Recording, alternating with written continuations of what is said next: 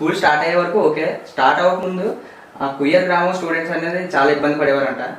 అసలు వాటిని మీరు గుర్తించి ఆ స్థలంలో స్కూల్ కట్టాలనుకునే చాలా గొప్ప ఆలోచన. సో అంతకుముందు వాళ్ళు పడిన సమస్య ఏంటి సార్? మాకు పెద్ద సమస్య ఏంటంటే మాకు కోలం ఎయిడెడ్ స్కూల్ ఉందండి. సుమారు 3 కిలోమీటర్ల పైన మేము అక్కడికి వెళ్ళి చదువుకోవాలి. ఆ రోజుల్లో ఏంటంటే యాక్చువల్గా ఫైనాన్షియల్గా చాలా మంది వీకపోవడం, సైకిల్ ఏమి లేకపోవడం, సో అక్కడ దాకా నడిచి వెళ్ళడం ఇదంతా కూడా ఉండేది. ఈ నడిచి వెళ్ళినంత దూరం వెళ్ళి చదువుకోవడం అంటే చాలా మంది అమ్మాయిలు కూడా వాళ్ళు మధ్యలోనే ఎడ్యుకేషన్ బ్రేక్ అయిపోతుంది.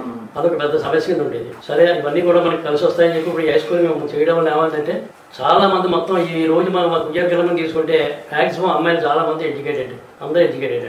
అదొక బెనిఫిట్ కనిపించింది ఈ స్కూల్ చేయడం. తర్వాత అది కూడా మాకేంటంటే మా స్కూల్ చేయడానికి కూడా మాకు అక్కడి నుంచి నోటిఫికేషన్ సర్టిఫికేట్ కావాలి. అది కూడా మా ఊరు కర్ణం గారు అక్కడ వాళ్ళ కంపెనీని కలిసి మాకు ఇలా పాఠశాల మేము చేసుకుంటుంటే వాళ్ళు కూడా పాపం ఓకే తప్పకుండా అని చెప్పి వాళ్ళు నోటిఫికేషన్ సర్టిఫికేట్ ఇవ్వడం, ఆ తర్వాత మేము ప్రాసెస్ మొదలు పెట్టడం కూడా జరిగింది. ఇంతకుముందు అక్కడ స్కూల్ లేనప్పుడు ఏ గ్రామంకి వెళ్ళి ఇక్కడ స్టూడెంట్స్ చదువుకునేవారు? కోలంకి ఎయిడెడ్ స్కూల్. అంత దూరం వెళ్ళవలసి వచ్చింది. సుమారు 3 కిలోమీటర్ల పైన ఉంటుందండి.